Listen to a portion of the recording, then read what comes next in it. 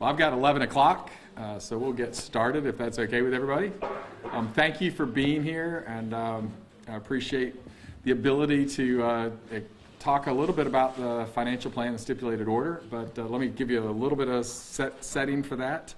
Those of you who haven't, I think everybody here's probably covered my life in depth at this point, but I am Ted Hennepin. I'm from Virginia. I'm not a mercenary water fixer.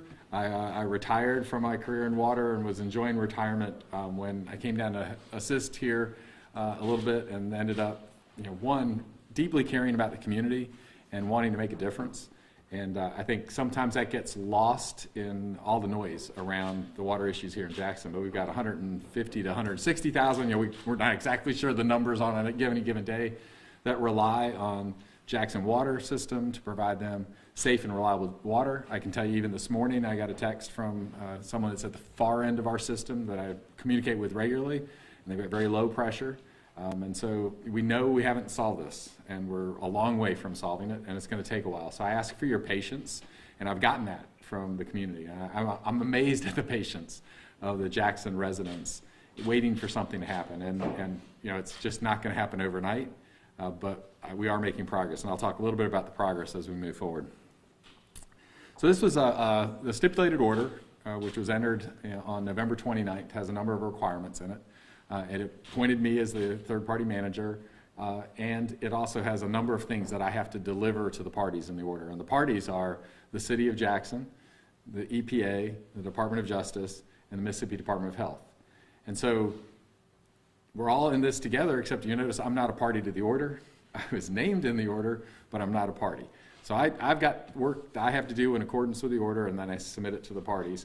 In this case, it's not submitted for review and approval. This one is a submittal that's due, and it even talks about that this plan will continue to be refined over time and be reviewed. And so first piece that I'm telling you today is this isn't the final product.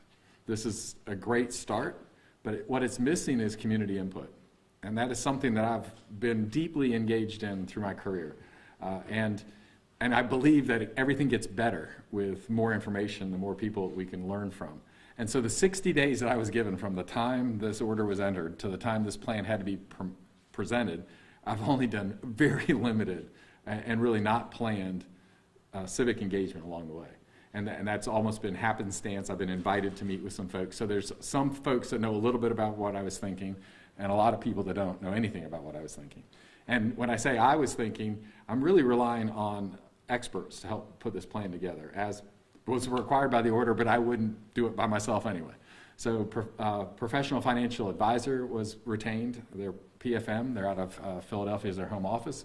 I've had relationships with them over the years. They do municipal and utility type financial advice. They've been doing this for many, many years. They're one of the largest firms in the country that does this kind of work. Has their fingerprints all over it. They did the modeling, they did all the hard work, stuff I could never do, and that's the foundation to this. On top of that, we retained Stantec. They're a national engineering firm that has a lot of specialty in rate setting and rate analysis, and so they did the rate work for us. So it's a combination of, I always believe in get as many great people working on something as you can, and you try to piece it together and build a plan that I was responsible to ultimately submit. So that's the origin of the plan. It was submitted sometime, I don't know, after midnight last night. I was shooting for Thursday. It's not actually technically due till Saturday, and then it really would roll to Monday. But I'm trying to get on with some other things that are due and that I need to get done. So I missed the Thursday goal, but I still beat the required 60 days by a couple days. So that was submitted last night. It'd be posted on the Jackson Water website today. It might be posted as we speak.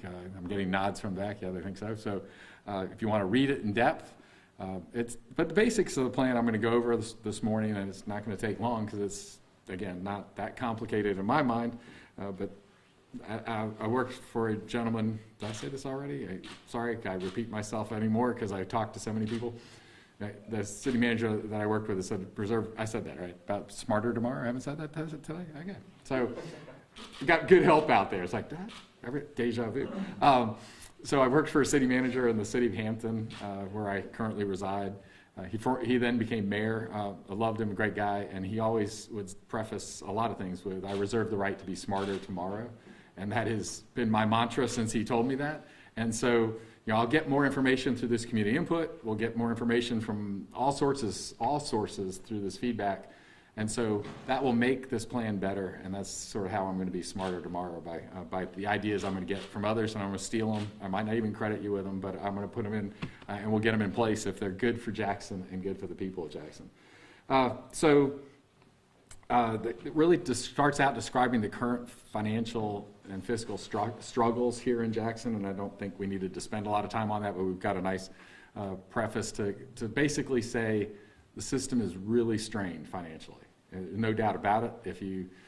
We're basically in violation of all the bond covenants, we've got a lot of debt, we're just in trouble from a financial standpoint, and without some course correction, the Jackson water system's not going to get better. The $1 billion we've gotten, rough numbers, that's from all sources on the federal side, and that's outlined again in the plan, sort of the best accounting we could come up with, and there's still probably things we missed. That's going to do wonders to get the system back in working order. But it's not going to keep it in working order if we don't have a recurring source of revenue locally that can support to maintain and operate the system the way it needs to. Good utilities have cash reserves. The way we're monitoring our goal, we set our goal based on the rating agencies. So, when you want to borrow money, you got to go up to New York and you got to visit with Standard & Poor's, Fitch, and Moody's. And they hold a lot of power because they determine based on their analysis what your credit rating is going to be. And that means, will you be able to access credit on the private market? What will the rating be dictates the amount you have to pay for that credit. And so that's an interesting process. It's a lot of fun if you ever want to go do a rating presentation. You get to sit in front of these 20-year-old analysts, and you have to explain your whole business and what you're doing, and they know so much about you before you sit down. It's kind of crazy. But at the end of the day, they're the ones that set the ratings that guide all of the investment market for municipal bonds and for everything else, actually. But on the municipal side, critical to get a strong rating.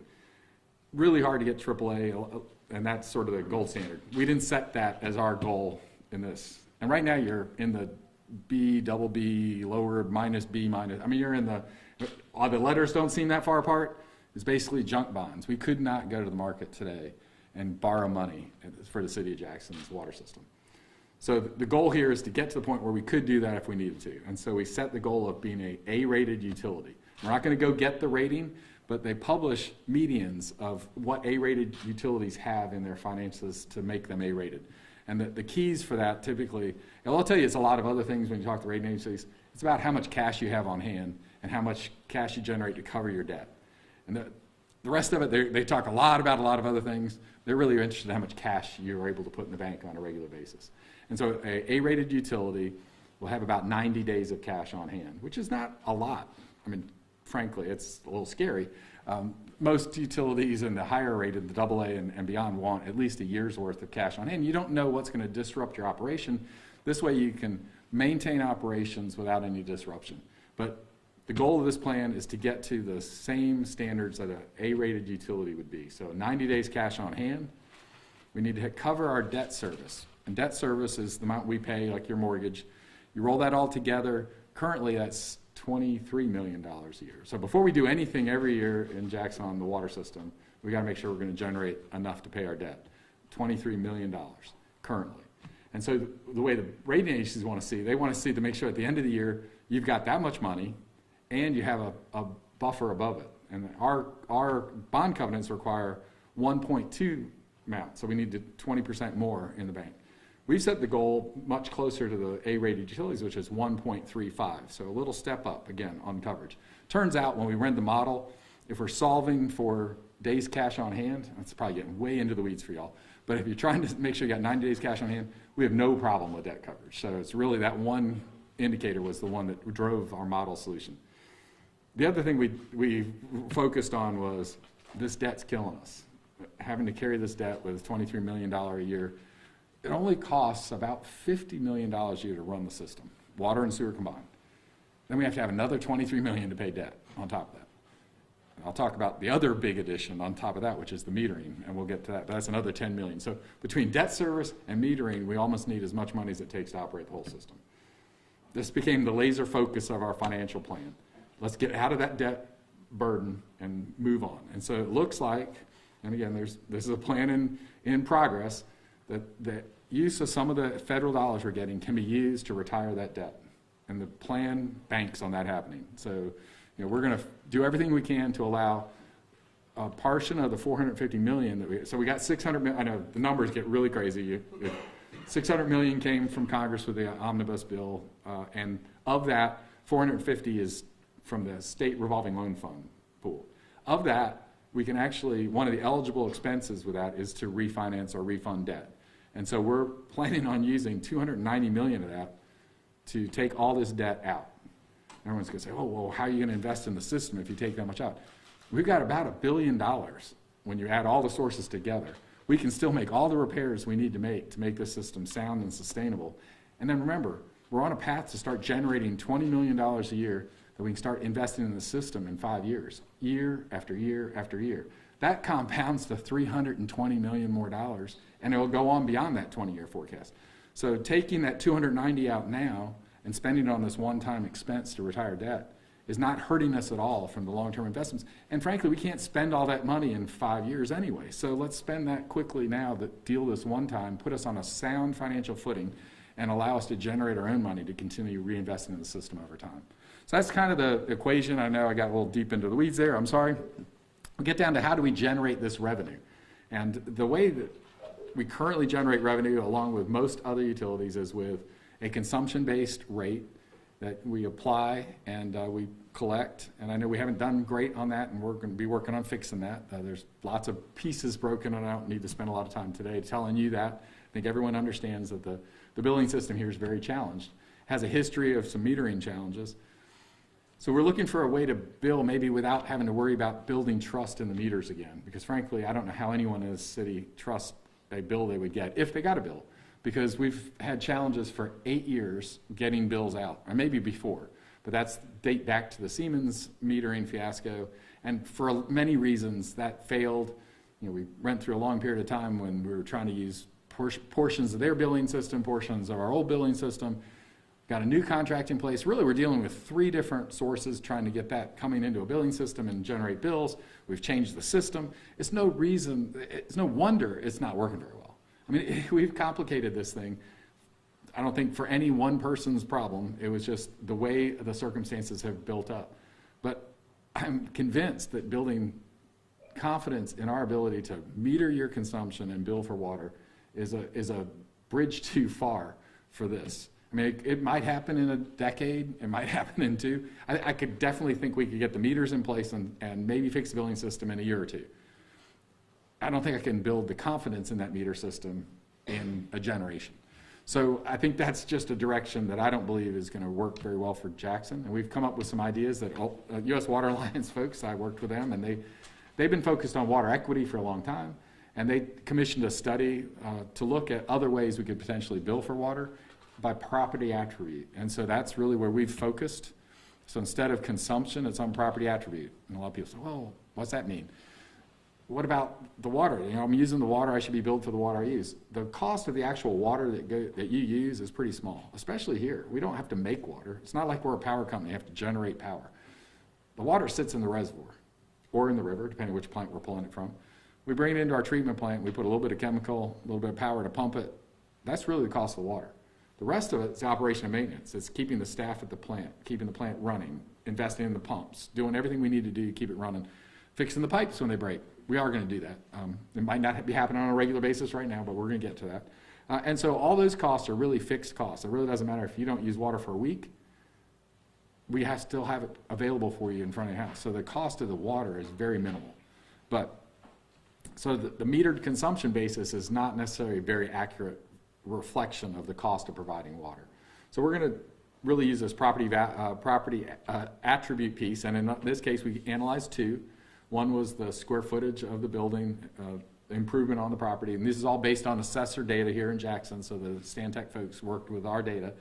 And one was building size, and the other was assessed, but not assessed value, because you really do some interesting things in Mississippi. I'm not saying it's good or bad, but your assessments are based on 10% of your property value, so it's a little weird.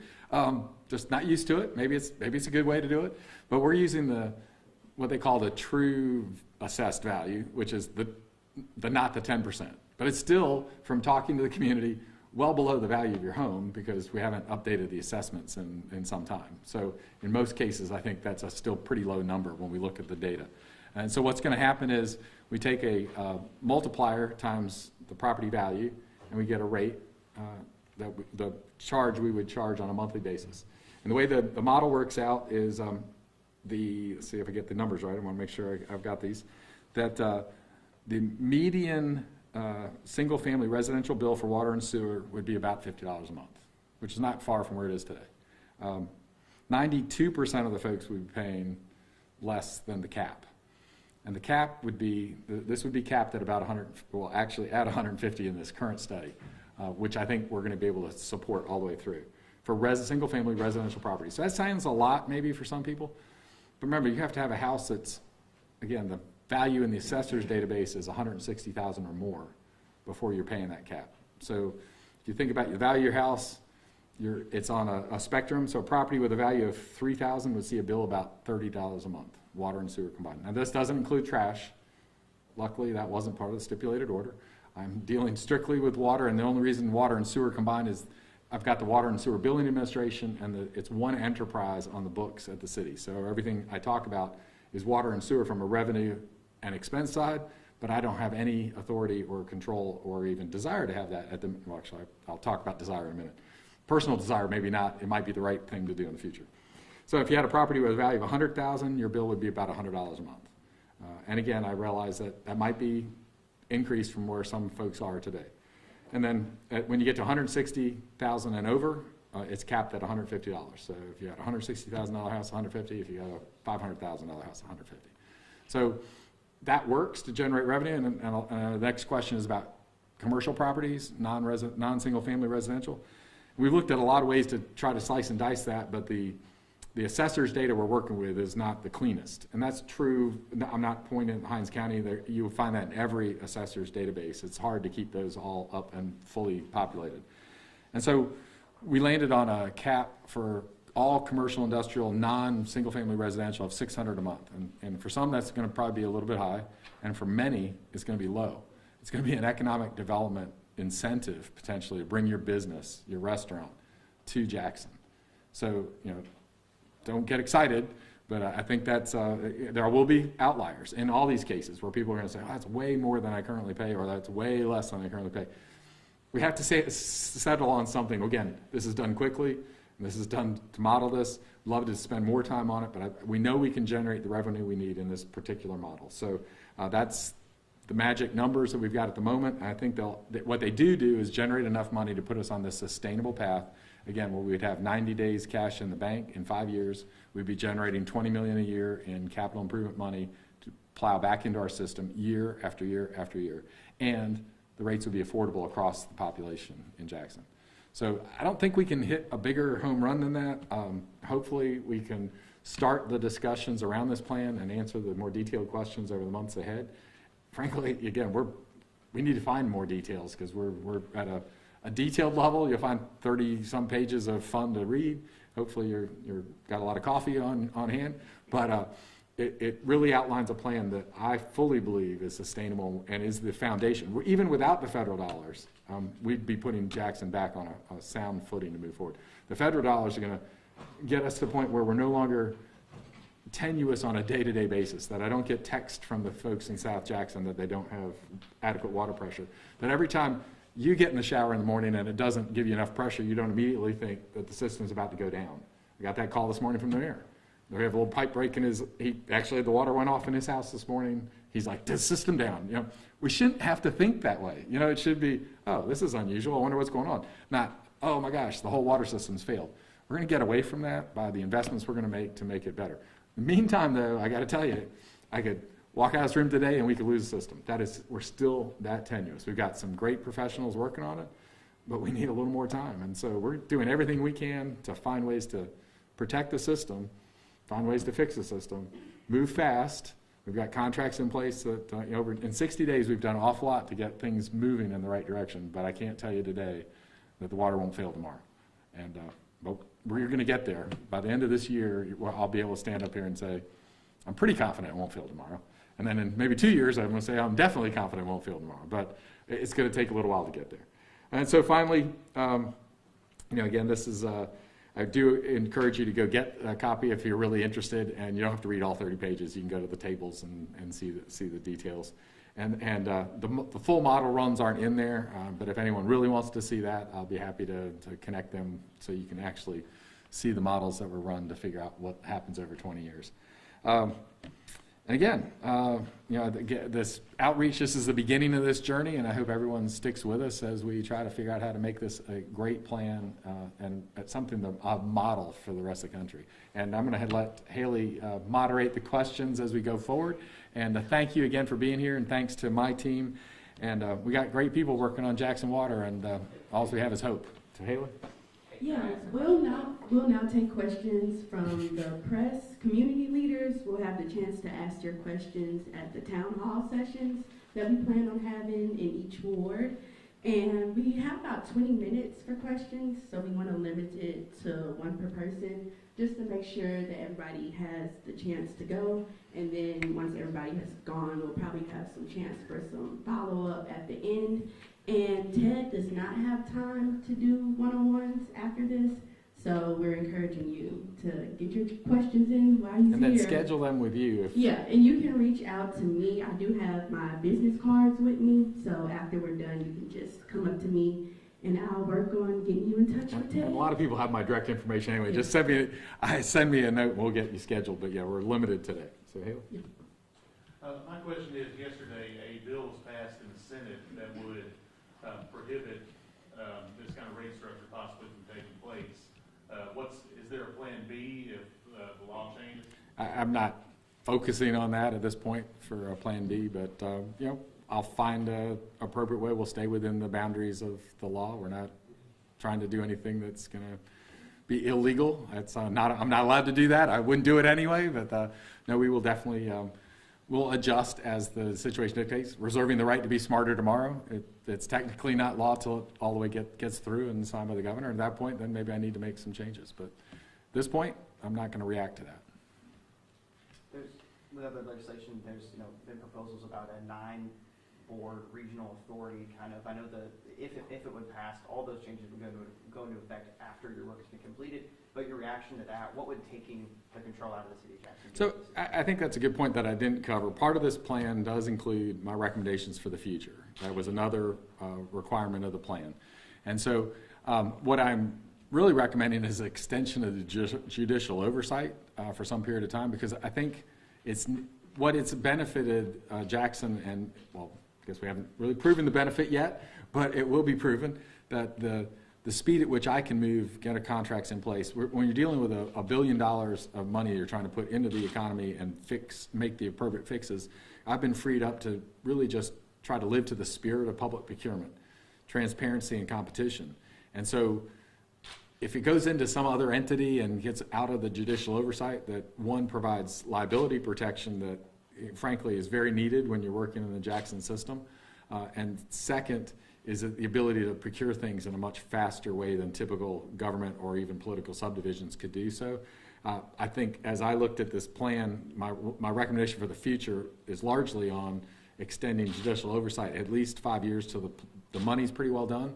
And the other challenge is I'm trying to put Jacobs, they're a national organization that does operations and maintenance of water and sewer plants. They're very professional. They're the reason that I'm sitting up here today thinking I'm pretty confident that we're not going to have a water failure.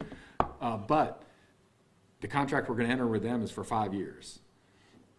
They are very concerned what happens when the judicial oversight steps down and it changes hands. And so the only way I think I'm going to get them to ultimately commit to 5 years is to have the order amended to get the judge to at least keep some light touch. It doesn't mean it's a third party. I don't know what it means at that point, but we need some sort of judicial oversight to get that contract to the place where they're comfortable taking it for a full 5 years. So that's the driving force for me at this point. I do opine on a couple different ideas, but the one that I think might have some merit and we haven't fleshed out would be some sort of maybe corporate nonprofit, almost a community-based nonprofit that would have the board structure. All the details are who put in the board, but that may continue to free up the entity to contract quickly, procure materials and hire and do all the things they need to do much faster, especially in Jackson's situation where we've got urgent needs that take years to finish. And so, immediately turning it over to a governmental entity that's got a lot of hands tied, I think would be a challenge. I'm not saying that wouldn't be an opportunity in the future, but I think at this point we need the speed, the ability and flexibility to do what's needed to fix the system. Ted, can you elaborate on why you say using meters to bill customers is something that can't work in Jackson? This is the common way that people across the country are billed for water. Yeah, fair enough. I just think because of the history of challenges, the fact that we haven't gotten it right for so long, that it's going to be hard to build that trust back in. We can definitely get meters in the ground, and I think I said it's a $10 million a year hit to do metering. That's a little over $5 million a year for the meters. That's the contract we're currently in. About $1.5 million for the integrator in between the meter and our system, because don't ask me why, it's just how it works, that we have to have a ongoing relationship with an integrator in the middle that takes the meter read and then moves it over to our billing system. And then we have a staff to generate the bills. You add all that together, the $5 million for the meter contract, $1.5 million for the integrator, that's $6.5 million, and we have about $3.5 million invested in our water and sewer billing administration. So again, on a system that takes about 50 million years to work, we've got 10 million has to go right off top to the meters. We've got, right now, 23 million in debt. So it's, before we even put a drop of water in, we're deep in the hole. We're almost equivalent to what it costs to operate and maintain it by doing these other things. So for me, the metering is twofold. It's expensive to continue. It's also going to be expensive to get out of. So all the scenarios have the metering in it because we're in a contract that's not easy to get out of, and I'm not sure we'll find a way out. So one of the scenarios actually continues metering with the contract until 2030, when I'm hoping over the next 7 years we find a way out. And I've put a guesstimate of what the buyout would be at that point in time. Or maybe we find that we really want to keep them and then we continue to use them. There may be an alternative in the middle that I don't know, but I know right now that the plan could not afford buying out the contract now. So we're going to have, there's metering costs in all 4 scenarios that were modeled, and we're still able to do all this knowing that we're going to be paying those dollars. So we get the meters in, there's potential they have other value to us. The biggest value would be if they could send us not meter reads, but pressure reads. Because guess what our problem is in the system? It's pressure, right? So imagine if we could get 50,000 data points on an hourly basis of telling us what the pressure is happening in the system, we could respond much better. Unfortunately, the meters we chose don't have that feature. Every other AMI meter does, but ours don't. But we're going to talk to the manufacturer and see what we can do about that. But anyway, long answer to say, I don't think it's that we can't get a system that ultimately works, generates accurate bills. I do think we can do that. We're on our path to fixing what's there now just to make sure we're moving that direction. I just don't think building the confidence and trust of the ratepayers, the people that pay the bills, I think that's a bridge too far.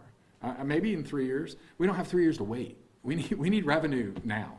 We need revenue next year. The model is all based on us generating $70 million next year. If we don't do that, the compounding effect of not getting that, we'll throw this whole financial plan into a spiral. We need an action in 24 that generates $70 million, and we're never going to get it with metering. And I think compounding over 20 years is a huge impact what happens that first year.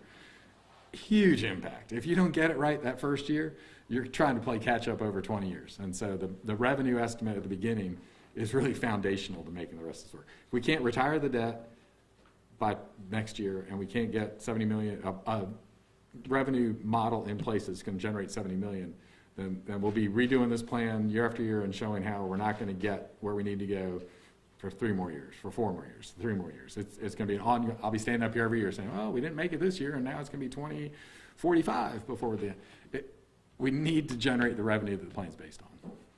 Can you go into a little bit more detail about your concerns that legislative intervention might affect contracts? Did I say anything about my? Oh, if the structure changes, then I think largely, I don't know exactly. I don't think any of us know exactly what the new entity would look like, but largely, other authorities tend to have to follow Mississippi procurement law, follow Mississippi civil service issues. So those are all things that I would assume would be in this unless they pencil them out, and they might have.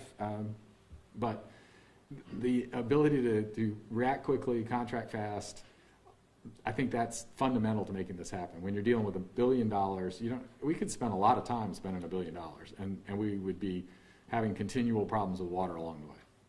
So I think that's the comment. If I could ask a two-part question about the billing proposal. Okay, I can only remember one at a time. You might have to come back on a second. Yeah. So one, just has this system been tested, this model been tested anywhere in the U.S.? And then the other question is just, is there any concern about not tying it to consumption in terms of the strain on the infrastructure itself? Okay, let me go there first. Well, actually, the testing, anyone else using it, City of Milwaukee, and they were part of the original study, has recently taken their wastewater billing and put it into this model. So we know that there's one. This is not widely done yet. It's just the study, I think, just was published. Is that correct? And so there's a small group of water utilities across the nation that are part of the U.S. Water Alliance that recognize this is happening. And I'll tell you, every utility is trying to find a way to deal with affordability. And traditional rate models are driving the lower end of our economy to the point where they can't afford water. And that's not unique to Jackson. It is pretty much every community across the nation. So there's going to be a big hunger to see if we can pull this off and find a way to do this better. The concern about conservation or use of water and strain on, frankly, if we could generate 20 million a year and put it back into the system, we wouldn't be losing the 30 million gallons we lose a day. Now, there's no amount of conservation that our residents could do to make up for the amount we're losing. So we put out 45 to 50 million gallons a day combined from the two plants. The population here, and we can't tell what exactly it should be because our metering records, our metering infrastructure doesn't let us know that, but you apply averages for every, EPA keeps track of average water consumption per capita. It's around 83 gallons per day per person in the United States now, which is down. It continues to drop. And you apply 100, which is significantly higher, allowing for Jackson to use a lot more water than anyone else does. I think we'd find you use a lot less because you haven't had it, but in general, if you apply 100 just for ease of math and 150,000 people, that's 15 million gallons a day that should suffice for the city of Jackson. And most systems lose 20, 30% maybe on top of that. That's still putting us in the 20 million gallon a day. So we've got 25 million gallons to 30 million gallons a day that is leaving the system, not going to any customers, not sure where it's going. We're going to be looking for it. And if we start finding that, there's going to be no way that the customers through their meters are going to strain the system if they decide they run their sprinklers all day and take half-hour showers every morning. It's just not going to make a dent compared to the amount of water we're losing. So we need the ability to operate the system, reinvest in the system to keep the leak. Find the leaks now with the one-time dollars. Again, this goes back to we've got one-time dollars to find the leaks.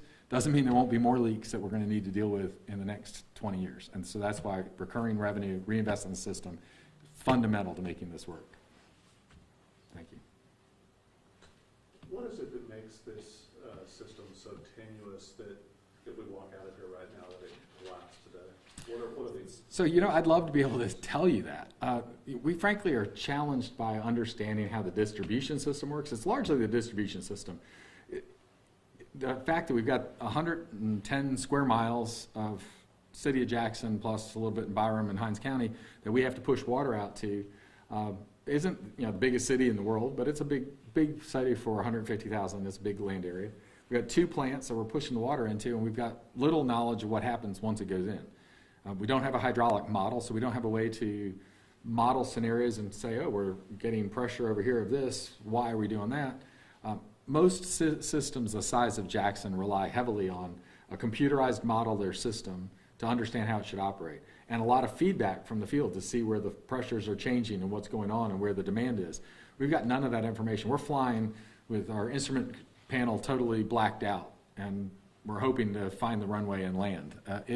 It's that bad. So we've got a model being developed currently. It's very close to being done. We've hired an engineering firm to use that model to analyze the system, find where we need more data in the system, and then they'll feed that into the model, and we'll actually begin to get a handle on what it is.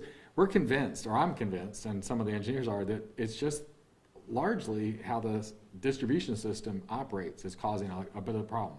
There's no reason, we change pumps. So quick little water operation trick, or education. We've got roughly 10 really large pumps of different sizes at the Curtis plant. And so as you're putting water in the system, you're changing the pumps based on the demand and the pressures in the system, because you don't want to blow your pipes out of the ground, but you got to get water out in the system. And so when we change pump from a really large pump, say a 22 million gallon a day pump, to a 16 million gallon a day because the pressure's gone up, people in South Jackson see the pump change. That is not normal. So there's something terribly wrong with the way we're moving water through the system. And I'm convinced that our engineering firms, when they get a model and they start looking at it, we're going to find that there's going to be some simple fixes to deal with that. And the reason that's important too is that the treatment plant has almost no redundancy on chemical feed. The SCADA system, or the electronic control systems, not working very well. There's all sorts of lack of redundancy. So, for example, last Saturday morning, we do a 8:30 operations meeting every morning at the plant, make sure we know what happened during the night, what the goals are for the day. Saturday everything was looking great. Water was great. The night operator was a big smile. Everybody was happy, which isn't always the case. But it was a great morning, and we're working on Saturday morning. How great can it be? But everybody was happy. I left the plant within an hour. A hose broke loose on one of the chemical feed pumps, and we almost lost the system. If the operator hadn't been paying really close attention to what was going on and knew how to react, we could have easily lost Curtis at that point in time, which had been a reduction of about 30 million gallons a day, which would have taken the pressure out of the system, at least in large chunks. And so it's those things that we're working on, putting the redundancy in, making sure we got the best feed pumps. That's the tenuousness of the system right now, and that's still that's still that way today. But we're working on, we've got engineers working on redesigning the chemical feed system. We're going to be doing emergency contracts to get that in place. So we've got priorities that we know have to happen tomorrow, and we're working hard to get there. Well, as a follow-up, how long will it take you to achieve with your funding externally and in your plan the computer technology or whatever barometer you need to better assess this? That'll be within this year. I'd say within the first half of this year. That'll help. We'll take about one or two more questions. When will the new rates go into effect? The goal is to have something in place to start to, again, get to the modeled date of fiscal year 2024 generated revenue. So it would be a goal to, again, work with the community over the next several months, be prepared to get the data cleaned up that we would need to put the ratings into effect ultimately at the October 1st time frame, line up with fiscal year. But a lot of things have to happen between now and then. So you say you haven't presented this to the public. Do the four parties have to sign off on this before it takes effect? No, it's actually not a review and approval. It's a plan. And I submit it to them for their information. I do have a requirement to meet with the city within 30 days of submitting this. And it just says meet with the city. So, And what happens if there's widespread community backlash to your plan? Well, again, I'm not planning to push something forward to the community. I'm here for the people of Jackson. And so if there's widespread reaction to the 160,000 people that benefit from the water, obviously I'm going to retool this to try to make it work for the citizens. If there's widespread reaction from other parties, I'm not so sure I'm going to change it much, and I can drive it forward. Last question. Will the $1 billion fix the system? I think it will put it in a firm footing that with ongoing investment at roughly $20 million a year, we're in good shape. There will be a time, and it shows in the plan, that we'll have a periodic need to make bigger investments in the system. And the way you do that as a utility, you plan when that you think that's going to happen, and you build in the cost of borrowing money at that point in time. So in this plan, combined with everything else we're doing, we've applied for a BRIC grant from FEMA, which essentially is a planning grant. And the scope of that work is determined, do we keep investing in the two facilities we have today? Do we build a new facility? Do we invest in one of the facilities? Try to get an economic analysis, an alternative analysis of the future of water treatment in Jackson. It could be any of those things, and I don't know. The BRIC grant is going to do that for us. We'll get the results of that sometime in the late 2027 timeframe, maybe. So we've put in 2030 about $200 million placeholder. Roughly 60 million of that is with the current money we're getting from the federal government, and the rest we would borrow. And we've put in the cost of the funds, we've built it into the plan. So we've got that capacity in this financial plan. And we didn't go further out, but I would say in another 20 years or 15 years, some periodic time in the future, you're always going to have these larger investments for renewal or replacement of major parts of your infrastructure. In this case, the treatment plant.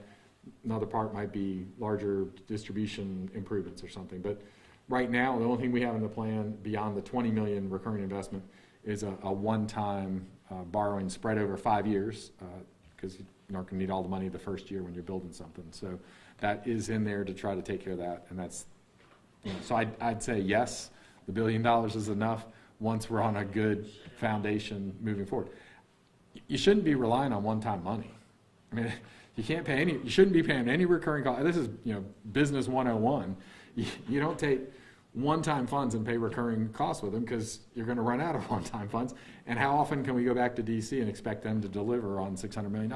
We can't, and we shouldn't. This is a local issue. We should be able to fix our system, get it back on track, and then it's Jackson's system to take care of going forward. And we're not dependent on any other handouts going forward. We aren't going to turn them away. So let's assume that this bill passes and the current rate plan that you have is banned by the state legislature. Can you estimate the cost to the system on a monthly basis? You get to a place where you could have put that in place. What's it costing the system every month, sticking to the current system? Other than, I didn't go and pull the full, if we had to stick to a purely consumptive rate, I haven't done that. What is the average cost per customer on that? But I know that the first year rate increase is 50% in the model. That says you need to do a 50% rate increase right out the door if you have to do consumption. 5-0, yeah. So that would be under the current. That would be what we would put in place on September. On September 1st. We'd have to have a 50% rate increase in place on September 1st, or October 1st. To break even. To get to the same goals we're trying to with the new rate model. To get to the bond rating. Right, and then there's a series of ratings. So over the 20 years, the metered only option requires about 180% rate increase from today to the end of the period. So people's rates are changing regardless of what happens. Well, under that, but the lowest rate increase change over time is in the fourth alternative, the one that I've talked about with the alternative. There's rate increases in that. You don't set this and forget it unless, again, it's possible you forget it if the property values start getting reassessed on a regular basis. Then you've got a proportional growing. Think of the theory here. Your property value should change kind of with the economy, right? So if it's changing with the economy and our rate's tied to that, then we're getting the little bit of growth we need to account for growth in our costs. And so over time, you might not have to change your rate because you tied it to something that's sort of tied to the economy if you had reassessments on a regular basis. So there's a lot of pieces here, but it theoretically can self-sustain when that reassessment happens on a recurring basis. We never have to change the value. Your bill goes up because your house value's gone up, but the factor that we're applying to that never changes. So it gets really complicated in the weeds, sorry. How much cash is on hand now? There is no, essentially we're in the hole, we've been on the hole last 2 years, we continue to be in the hole year to year. So there's technically no cash on hand, and if you, we modeled the cash on hand, it goes down from a negative number and just goes down forever if we stayed in the current system without a rate increase. We can pull it up again so we did the do nothing scenario, which is not attainable at all. I mean, we're gone under that scenario. We did we stay with consumption rates. Let's model what that takes, and there's the series of rate increases with a 50% up front. Again, this is the compounding. You need to jump the rate really as high as you can in 1 year at the beginning, and then you do a series of smaller, and I'm not saying they're all single-digit rate increases over the next 20 years, but that you need to get that jump start. You can't just ramp it up with a percent or two a year. It doesn't work. You got to jump it at the beginning so that you can solve to the same. All 4 scenarios we ran get to the same result. It gets to the 90 days cash on hand in 5 years, $20 million a year of CIP investment available going forward.